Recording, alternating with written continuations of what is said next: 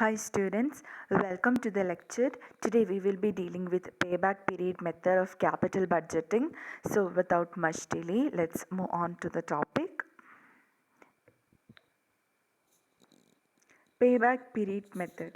Payback period method is concerned with the recoupment or return of the original investment made in a project. ഒരു project നമ്മൾ ഉണ്ടാക്കുകയാണ്. So ആ original project ഉണ്ടാക്കുന്നതിന് വേണ്ടിയിട്ട് ഒരു particular investment നമ്മൾ നടത്തിയിട്ടുണ്ടായിരിക്കും അല്ലേ. സോ ആ ഇൻവെസ്റ്റ്മെൻറ്റ് റിട്ടേൺ ചെയ്യപ്പെടുന്ന പീരീഡ്, അതാണ് നമ്മൾ പേ ബാക്ക് പീരീഡ് കൊണ്ട് ഉദ്ദേശിക്കുന്നത്. The return of the original investment made in a project. ഒരു പ്രൊജക്റ്റിൽ നമ്മളൊരു പെർട്ടിക്കുലർ എമൗണ്ട് ഇൻവെസ്റ്റ് ചെയ്തിട്ടുണ്ടായിരിക്കും. സോ ആ ഇൻവെസ്റ്റ്മെൻറ്റ് റിട്ടേൺ ചെയ്യപ്പെടുന്ന പീരീഡിനെയാണ് നമ്മൾ പേ ബാക്ക് പീരീഡ് എന്ന് പറയുന്നത്. Okay, recoupment or return of the original investment made in a project. Okay, it lays emphasis on calculating the length of time it would take to recover the original investment. അതായത് അത് originally നടത്തിയ investment recover ചെയ്യാൻ എടുക്കുന്ന ടൈമിനെയാണ് pay back പീരീഡിൽ നമ്മൾ calculate ചെയ്തിരിക്കുന്നത്. It is calculating the length of time it would take to recover the original investment. Original ഇൻവെസ്റ്റ്മെൻറ്റിനെ cover up ചെയ്യാൻ അല്ലെങ്കിൽ റിക്കവർ ചെയ്യുന്നതിന് വേണ്ടിയിട്ട് എടുക്കുന്ന ടൈം എത്രയാണ് എന്നുള്ളതാണ് പേ ബാക്ക് പീരീഡിൽ എംഫസൈസ് ചെയ്യുന്ന കാര്യം. Okay, then it involves calculation of the cash flows which would arise from investment in each year of the life of a project. ഒരു പ്രൊജക്റ്റിൻ്റെ ലൈഫിൽ ഈച്ച് ഇയർ ക്യാഷ് ഫ്ലോസ് ഉണ്ടാകും.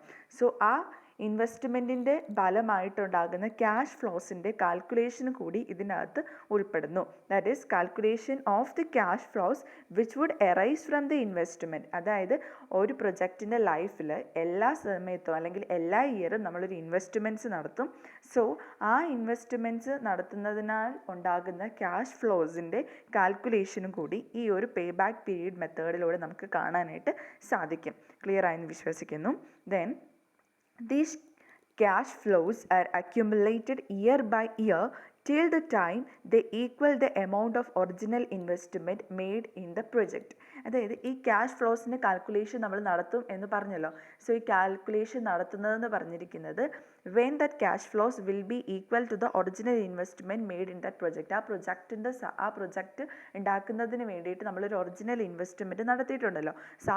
So ആ ഒരു original investment recover ചെയ്യുന്നത് വരെ അല്ലെങ്കിൽ ആ ഒറിജിനൽ ഇൻവെസ്റ്റ്മെൻറ്റിനോട് ഈക്വലൻ്റ് ആയി ക്യാഷ് ഫ്ലോസ് വരുന്നത് വരെയാണ് നമ്മൾ ഈ ഒരു കാര്യം നോക്കുന്നത്, അല്ലെങ്കിൽ ആ ഒരു ടൈം നമ്മൾ നോക്കുന്നത്. Okay, these cash flows are accumulated year by year till the time they equal the amount of original investment made in the project.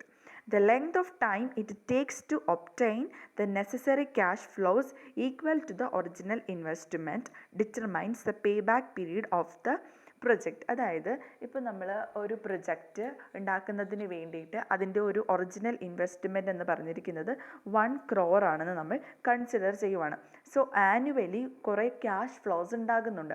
For example, ഇപ്പം ഫസ്റ്റ് ഇയറിൽ ഒരു 50 lakh ആണ്, സെക്കൻഡ് ഇയറിൽ ഒരു 25 lakh ആണ്, അതുപോലെ തേർഡ് ഇയറിൽ വന്നിട്ട് 15 lakh ആണ് എന്ന് നമ്മൾ വിചാരിക്കുക. സോ ഈ ഒരു 50 + 25 75 + 15 that is equal to 1 crore. So ആ ഒരു 1 crore എത്തിക്കുന്നതിന് വേണ്ടിയിട്ട് ഈ 3 വർഷവും നടന്ന ക്യാഷ് ഫ്ലോസ് ആണ് ഈ 50 lakh 25 lakh 15 lakh എന്ന് പറഞ്ഞിരിക്കുന്നത്. സോ ആ ഒരു ടൈം പീരീഡിനെയാണ് നമ്മൾ ഇതിനകത്ത് കാൽക്കുലേറ്റ് ചെയ്തിരിക്കുന്നത്. അതായത് 1 crore ഒറിജിനൽ ഇൻവെസ്റ്റ്മെൻറ്റ് നടത്തുന്ന അല്ലെങ്കിൽ കിട്ടുന്നതിന് വേണ്ടിയിട്ട് ഒരു പ്രൊജക്റ്റിൽ വർഷാവർഷം നടക്കുന്ന ക്യാഷ് ഫ്ലോസിനെയാണ് നമ്മൾ ഇവിടെ ഇക്വേറ്റ് ചെയ്യുന്നത്. ക്ലിയർ ആയെന്ന് വിശ്വസിക്കുന്നു. Then pay back period method is also used to rank projects. പ്രൊജക്ട്സിനെ റാങ്ക് ചെയ്യുന്നതിന് വേണ്ടിയിട്ടും ഈ ഒരു പേ ബാക്ക് പീരീഡ് മെത്തേഡ് നമ്മൾ യൂസ് ചെയ്യുന്നുണ്ട്. For example, projects which repay within 3 years are preferred to those which take longer to pay back. അതായത് നമ്മളിപ്പം ഏത് പ്രൊജക്റ്റാണോ ഇപ്പം 3 വർഷം കൊണ്ട് റീപേ ചെയ്ത് കിട്ടാവുന്ന പ്രൊജക്റ്റുകളുണ്ട്, അല്ലെങ്കിൽ അതിൽ കൂടുതൽ വർഷം എടുക്കുന്ന പ്രൊജക്റ്റുകളുണ്ട്. സോ ഏറ്റവും കൂടുതൽ പേ ബാക്ക് പീരീഡ് കുറവുള്ള പ്രൊജക്ട്സ് ആയിരിക്കും നമ്മൾ ചൂസ് ചെയ്യുന്നത്. ഓക്കെ, അപ്പം ഓരോ പ്രൊജക്ട്സിനെ റാങ്ക് ചെയ്യുന്നതിന് വേണ്ടിയിട്ടും നമ്മൾ ഈ ഒരു pay back period method use ചെയ്യുന്നു. ക്ലിയർ ആയെന്ന് വിശ്വസിക്കുന്നു. Moving on. For example, if the project requires an annual investment of 25,000 crores and is expected to generate an annual cash inflow of 5 crores for 10 years, the payback period can be calculated as under. Payback period is equal to initial investment divided by cash or annual inflow, or which is equal to P is equal to C by A1. അതായത് ഇപ്പം നമ്മളിവിടെ consider ചെയ്യുവാണ് annual investment ഒരു പ്രൊജക്റ്റിന് annual investment നടത്തണം. Okay, അപ്പം അതിന് 25 crores ആണ് ആ പ്രൊജക്റ്റിൻ്റെ ടോട്ടൽ ഒരു ഒറിജിനൽ ഇൻവെസ്റ്റ്മെൻറ്റ് എന്ന് പറഞ്ഞിരിക്കുന്നത്. സോ അതിനകത്ത് വരുന്ന ആനുവൽ ക്യാഷ് ഇൻഫ്ലോ എന്ന് പറഞ്ഞിരിക്കുന്നത് 5,000 crores ആണ്. 10 വർഷത്തേക്ക് 5,000 crores വെച്ചിട്ടാണ് ഇൻവെസ്റ്റ്മെൻറ്റ് നടക്കുന്നത്. സോ പേ ബാക്ക് പീരീഡ് എന്തോരം വരും എന്നുള്ളതാണ് നമ്മൾ കൺസിഡർ ചെയ്തിരിക്കുന്നത്. ഒരു പ്രൊജക്റ്റിന് ആനുവൽ ഇൻവെസ്റ്റ്മെൻറ്റ് 25,000 crores ആണ് വേണ്ടത്. ആൻഡ് അതിന് അങ്ങനെ ആ 25,000 crores ആനുവൽ ഇൻവെസ്റ്റ്മെൻറ്റ് നടത്തുമ്പോഴത്തേക്കും അതിലുണ്ടാക്കുന്ന ആനുവൽ ക്യാഷ് ഫ്ലോ എന്ന് പറഞ്ഞിരിക്കുന്നത് 5,000 crores ആണ്. 10 വർഷത്തേക്ക് ഓരോ വർഷത്തേക്ക് 5,000 crores വെച്ചാണ് വരുന്നത്. സോ പേ ബാക്ക് പീരീഡ് എന്ന് പറഞ്ഞിരിക്കുന്നത് എത്രയാണെന്നാണ് നമ്മളിവിടെ നോക്കുന്നത്. So pay back period is equal to initial investment divided by annual or cash inflow. So P is equal to pay back period P is equal to initial investment ആയിട്ടുള്ള ഈ ഒരു 25,000 crore ആണ് നമ്മളിവിടെ എഴുതുന്നത്. And that divided by annual or cash inflow എന്ന് പറഞ്ഞിരിക്കുന്നത് annually വരുന്ന cash inflow എന്ന് പറഞ്ഞിരിക്കുന്നത് എത്രയാണ്?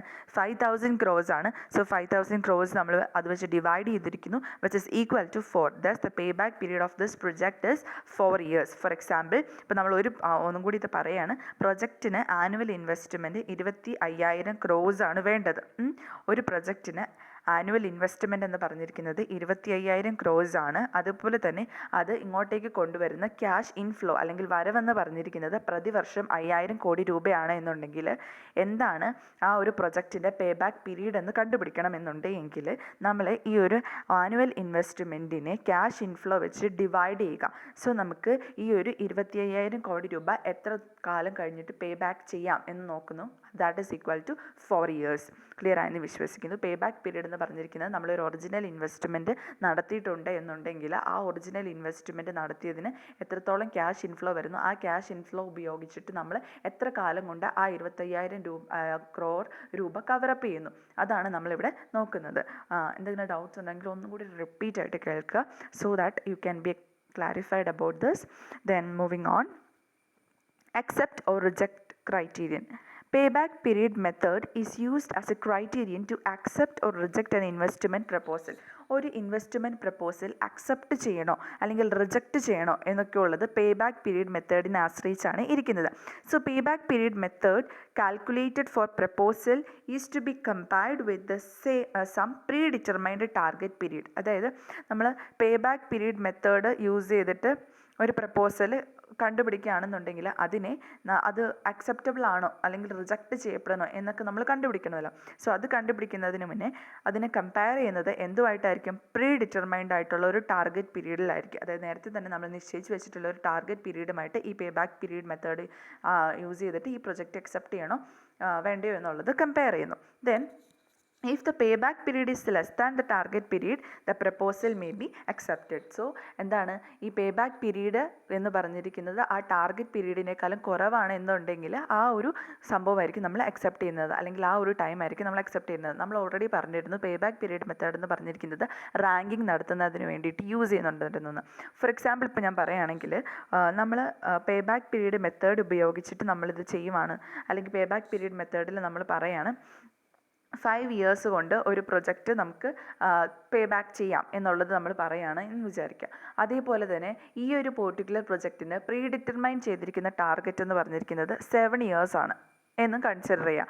സോ പേ ബാക്ക് പീരീഡ് എന്ന് പറഞ്ഞിരിക്കുന്നത് ഈ പ്രീ ഡിറ്റർമൈൻഡ് പീരീഡിനേക്കാളും വളരെ കുറവാണ്, 2 വർഷം കുറവാണ്. സോ എന്താണ് പെട്ടെന്ന് നമുക്ക് റിട്ടേൺ കിട്ടുന്നതായിരിക്കുമല്ലോ, നമ്മൾ ഇറക്കിയ പൈസ നമുക്ക് തിരിച്ച് കിട്ടുമ്പോൾ അത് എത്ര വേഗം കിട്ടുന്നു അത്രത്തോളം നമ്മൾ അത് അക്സെപ്റ്റ് ചെയ്യും അല്ലേ. സോ പേ ബാക്ക് പീരീഡ് മെത്തേഡിൽ യൂസ് ചെയ്ത് കഴിഞ്ഞിട്ട് നമ്മൾ നോക്കുമ്പോൾ നമുക്ക് 5 years കൊണ്ട് ഇത് കിട്ടുന്നുണ്ട്.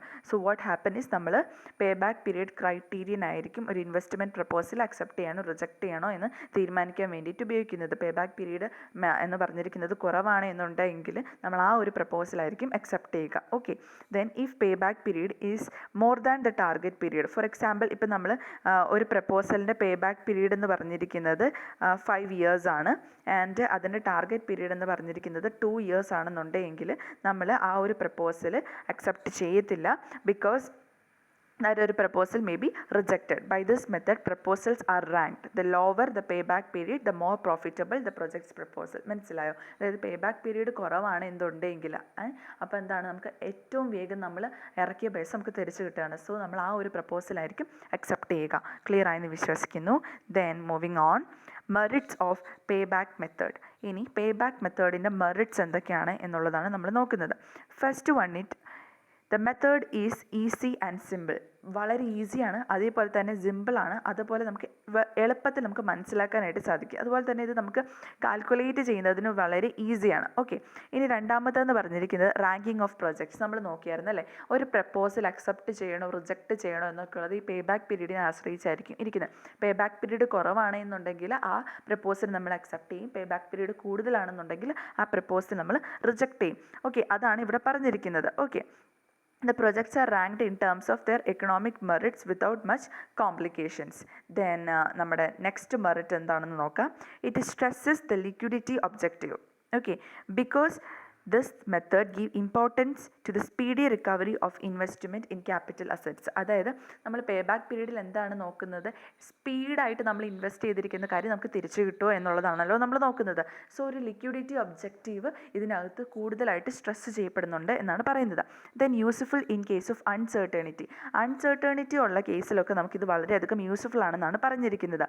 അതായത് ഇപ്പോൾ എന്തെങ്കിലും payback period method is useful in the industries which is subject to uncertainty, instability or rapid technological changes, because the future uncertainty does not permit projection of annual cash inflows beyond a limited period. It reduces the possibility of loss through obsolescence. Okay, then fifth point എന്ന് പറഞ്ഞിരിക്കുന്നത് handy device or മെത്തേഡാണ്. ഈ method എന്ന് പറഞ്ഞിരിക്കുന്നത് investment പ്രപ്പോസൽസിനെ evaluate ചെയ്യുന്നതിന് വളരെ easy ആയിട്ടുള്ള ഒരു മെത്തേഡ് എന്ന് നമുക്ക് പറയാനായിട്ട് സാധിക്കും. അതുപോലെ തന്നെ എന്താണ്, ഇതിൽ നിന്ന് തന്നെ നമുക്ക് പ്രോഫിറ്റബിൾ ആണോ അല്ലെങ്കിൽ നമുക്ക് ലോസ് ആണോ ഉണ്ടാവുന്നത്, അതൊക്കെ നമുക്ക് ക്ലിയർ ആയിട്ട് മനസ്സിലാക്കാനായിട്ടും ഇതുവഴി സാധിക്കും. ദെൻ ഇനി നമ്മൾ നോക്കാനായിട്ട് പോകുന്നത് പേ ബാക്ക് പീരീഡ് മെത്തേഡിൻ്റെ ലിമിറ്റേഷൻസ് ആണ്. Important demerits of pay back period method. First എന്ന് പറഞ്ഞിരിക്കുന്നത് it ignores annual cash flow. Pay back method totally ignores the annual cash flow after the pay back period.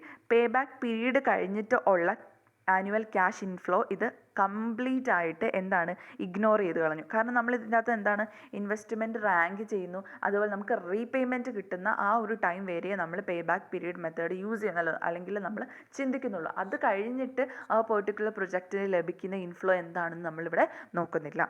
Okay, second one, it considers only the period of pay back. നമ്മൾ already പറഞ്ഞത് തന്നെയാണ്. ഇതിൻ്റെ അകത്ത് നമ്മൾ നോക്കുന്നത് എന്താണ്, pattern or it does not consider the pattern of cash inflows or magnitude and timing of cash inflows. ഇത് cash ഇൻഫ്ലോയുടെ പാറ്റേണോ മാഗ്നിറ്റ്യൂഡോ ടൈമിങ്ങോ നോക്കുന്നില്ല. ഒരു പെർട്ടിക്കുലർ ടൈം പീരീഡ്, അതായത് നമ്മൾ ഇൻവെസ്റ്റ് ചെയ്ത ഒറിജിനൽ ഇൻവെസ്റ്റ്മെൻറ്റ് നമുക്ക് തിരിച്ച് കിട്ടുന്നതിന് ശേഷം നമ്മൾ പിന്നെ ഈ ഒരു മെത്തേഡ് നമ്മൾ ക്യാഷ് ഇൻഫ്ലോ നോക്കുന്നതിന് വേണ്ടിയിട്ട് ഉപയോഗിക്കുന്നില്ല എന്നാണ് പറയുന്നത്. Then it overlooks capital cost. Pay back method overlook cost of capital, അതായത് ക്യാപിറ്റലിൻ്റെ കോസ്റ്റിനെ ഇത് നോക്കുന്നുണ്ട്. Interest factor which is an important consideration in making sound investment decisions. Pay back period method എന്ന് പറഞ്ഞിരിക്കുന്നത് ഇൻട്രസ്റ്റ് ഫാക്ടറിനെ കൺസിഡർ ചെയ്യുന്നില്ല. ഓക്കെ, ഇൻട്രസ്റ്റ് ഫാക്ടറിനെ കൺസിഡർ ചെയ്യുന്നില്ല. ബിക്കോസ് നമ്മൾ എന്ത് ഇൻവെസ്റ്റ്മെൻറ്റ് ഡിസിഷൻസ് എടുത്തിട്ടുണ്ടെങ്കിലും ഈ ഒരു ഇൻട്രസ്റ്റ് എന്ന് പറഞ്ഞിരിക്കുന്ന ഒരു കോൺസെപ്റ്റ് നമ്മൾ ഓവർലുക്ക് ചെയ്യും. പക്ഷേ ഇവിടെ എന്ന് പറഞ്ഞിരിക്കുന്നത് ക്യാപിറ്റൽ കോസ്റ്റിൽ ഇൻട്രസ്റ്റ് ഫാക്ടർ എന്ന് പറഞ്ഞിരിക്കുന്നത് വളരെ ഇമ്പോർട്ടൻ്റ് ആയിട്ടുള്ളൊരു കാര്യമാണ്. അപ്പോൾ അതിനെ ക്യാപിറ്റൽ കോസ്റ്റിനെ ഇത് ഓവർലുക്ക് ചെയ്യുന്നു. It overlooks capital cost. Okay, ഏറ്റവും കൂടുതൽ ക്യാപിറ്റലിന് വരുന്ന കോസ്റ്റാണ് നോക്കുന്നത്. Interest factor which is important consideration in making sound investment decisions. Then moving on, no rational basis of decision. അതായത് നമുക്ക് minimum acceptable pay back period എത്രയാണെന്നുള്ള ഒരു റാഷണൽ ബേസിസ് ഇവിടെ നൽകുന്നില്ല. There is no rational basis in determining the acceptable minimum pay back period. It is generally subjective decision of the management which creates so many administrative difficulties. ഇത് ഒരുപാട് administrative difficulties ഉണ്ടാക്കുന്നുണ്ട്. Because എന്താണ്, ഇതൊരു subjective ആയിട്ടുള്ളൊരു ഡിസിഷനാണ്. Then it is delicate and rigid. Then a slight change in operation cost may affect the cash inflow and such the payback period shall not be affected. അതായത് ഇത് ഭയങ്കര delicate ആണ്, അതുപോലെ തന്നെ റിജിഡുമാണ്. സോ എന്താ സംഭവിക്കുക, ഒരു ഓപ്പറേഷൻ കോസ്റ്റിൻ്റെ അകത്തുണ്ടാകുന്ന ഒരു ചെറിയ ചേഞ്ച് എന്ന് പറഞ്ഞിരിക്കുന്നത് ചിലപ്പോൾ ക്യാഷ് ഇൻഫ്ലോനെ എഫക്റ്റ് ചെയ്യാം. And such pay back period will not get effected. Then next one is this method overemphasizes the importance of liquidity as the goal of capital expenditure decisions. Capital expenditure ഡിസിഷൻസിൻ്റെ അകത്ത് ഒരു important ആയിട്ടുള്ള അല്ലെങ്കിൽ over emphasise ചെയ്തിരിക്കുന്ന point എന്ന് പറഞ്ഞിരിക്കുന്നത് ലിക്വിഡിറ്റിയുടെ importance ആണ്.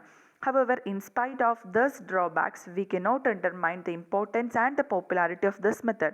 This is more popular in America and England. അതായത് നമുക്ക് ഈവൻ ദോ ഈ പേ ബാക്ക് പീരീഡ് മെത്തേഡിന് ഒരുപാട് ഡ്രോബാക്സ് ഉണ്ട്, ക്യാപിറ്റൽ ബഡ്ജറ്റിംഗ് നടത്തുന്നതിൽ ഒരുപാട് ഡ്രോബാക്സ് ഉണ്ട്. എന്നിരുന്നാൽ പോലും അമേരിക്ക, ഇംഗ്ലണ്ട് പോലെയുള്ള അഡ്വാൻസ്ഡ് നേഷൻസിലൊക്കെ ഇത് വളരെയധികം പ്രാബല്യത്തിലുള്ള ഒരു മെത്തേഡാണ്. So pay back period method എന്ന് പറഞ്ഞിരിക്കുന്നത് എന്താണ്, ഒരു വർഷം അല്ലെങ്കിൽ നമ്മൾ ആനുവൽ ഇൻവെസ്റ്റ്മെൻറ്റ്, ഒരു പെർട്ടിക്കുലർ പ്രൊജക്റ്റിൽ നമ്മളൊരു ഇൻവെസ്റ്റ്മെൻറ്റ് നടത്തുകയാണ്. സോ ആ ആനുവൽ ഇൻവെസ്റ്റ്മെൻറ്റ് നമുക്ക് എത്ര നാൾ കൊണ്ട് അല്ലെങ്കിൽ എത്ര വർഷം കൊണ്ട് നമുക്ക് അത്രയും പൈസ വീണ്ടും നമ്മുടെ കയ്യിൽ തിരിച്ചെത്തുന്നു, അതാണ് നമ്മളിവിടെ നോക്കുന്നത്. ഓക്കെ, അതായത് ഇപ്പം നമ്മൾ ആ മുൻപത്തെ എക്സാമ്പിളിൽ പറഞ്ഞതുപോലെ നമ്മൾ ഒരു പ്രൊജക്റ്റിൽ 25,000 കോടി ഇൻവെസ്റ്റ് ചെയ്യുകയാണ്. സോ ആ പ്രൊജക്റ്റ് ഓരോ വർഷം കഴിയുമ്പോൾ 5,000 കോടി രൂപ നമുക്ക് ഇൻഫ്ലോ ആയിട്ട് ലഭിക്കുന്നുണ്ട്, അല്ലെങ്കിൽ നമുക്ക് ഇൻകം ആയിട്ട് ലഭിക്കുന്നുണ്ട് എന്നുണ്ടെങ്കിൽ എത്ര വർഷം കൊണ്ടാണ് ഈ ഒരു 25,000 രൂപ നമ്മുടെ കൈകളിലോട്ടേക്ക് വരുന്നത് എന്നുള്ളതാണ് നമ്മൾ നോക്കുന്നത്. അങ്ങനെ ഓരോ 25,000 കോടി രൂപ നമ്മുടെ കൈകളിലോട്ടേക്ക് എത്തുന്നതിന് വേണ്ടിയിട്ട് എത്ര ടൈം എടുക്കും, അങ്ങനെയുള്ള കാര്യങ്ങൾ, എത്ര കാലം കൊണ്ട് നമ്മൾ ഇറക്കിയ പൈസ നമ്മുടെ കയ്യിൽ തിരിച്ചെത്തുന്നു, that is pay back period. Okay, clear ആയെന്ന് വിശ്വസിക്കുന്നു. പേ ബാക്ക് പീരീഡ് കുറവാണെങ്കിൽ ഒരു പ്രൊജക്റ്റ് അക്സെപ്റ്റ് ചെയ്യുന്നു. അതുപോലെ തന്നെ പേ ബാക്ക് പീരീഡ് കൂടുതലാണ് എന്നുണ്ടെങ്കിൽ ഒരു പ്രപ്പോസൽ നമ്മൾ റിജക്റ്റ് ചെയ്യുകയാണ് ചെയ്യുന്നത്. ഇതൊക്കെയാണ് പേ ബാക്ക് പീരീഡിൻ്റെ ഒരു ജിസ്റ്റ് എന്ന് പറഞ്ഞിരിക്കുന്നത്. നിങ്ങൾക്ക് എന്തെങ്കിലും ഡൗട്ട്സ് അല്ലെങ്കിൽ ക്ലാരിഫിക്കേഷൻസ് ഉണ്ടെങ്കിൽ കമൻറ്റ് ചെയ്യുക. Thank you so much. Enjoy learning and God bless you all.